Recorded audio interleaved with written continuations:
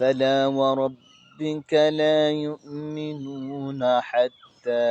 يحكموك فيما شجر بينهم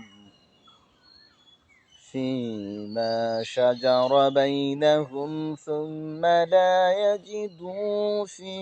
أنفسهم حرجا مما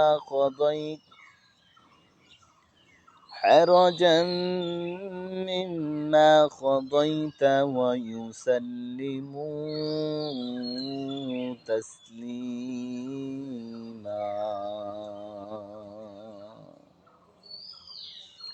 فلا وربك لا يؤمنون হে রাসূল আপনার রবের কসম ওরা ততক্ষণ পর্যন্ত মুমিন হতে পারবে না হাত্তা যতক্ষণ না ইউহাক্কিমুকা ফীমা শাজারা বাইনাহুম তাদের মতবিরোধের বিষয়ে আপনাকে বিচারক হিসাবে মেনে না নেয়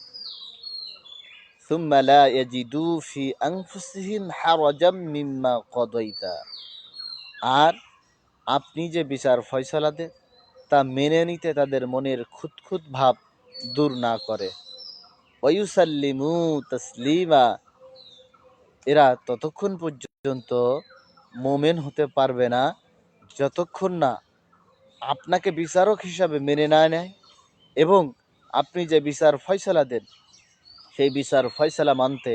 তাদের মনের খুঁতখুঁতনি ভাবনা দূর করে ততক্ষণ পর্যন্ত এরা মুমিন হতে পারবে না। সম্মানিত ভিউয়ার্স, এখানে আল্লাহ তাআলা তার নিজের কসম, জাতের কসম নিজেই খেয়েছে এবং তার নবীকে সতর্কবাণী শোনাচ্ছেন, রাসূল এরা যতই মুমিন দাবি করুক এরা ততক্ষণ পর্যন্ত মুমিন হতে পারবে না যতক্ষণ না আপনাকে বিচারক হিসাবে মেনে নেয়, আপনাকে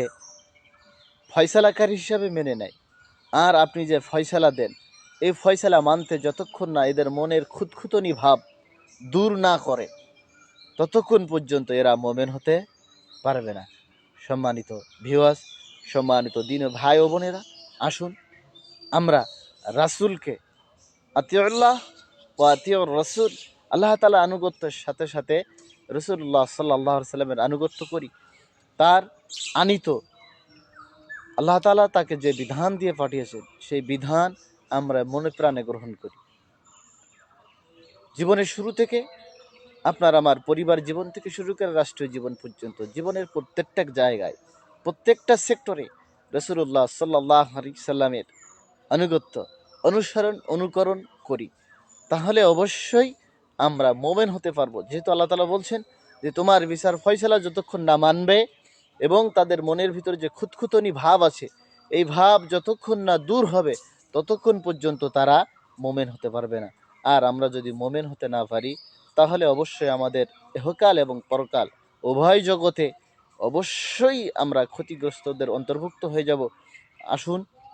আমরা আল্লাহ এবং তার রাসূলের আনুগত্য করে আমাদের ইহকালীন কল্যাণ এবং পরকালীন মুক্তির পথ এই দুনিয়া থেকে, এই পৃথিবী থেকে আমরা অর্জন করে যেতে পারি। আল্লাহ তাআলা সকলকে সেই তৌফিক দান করুন।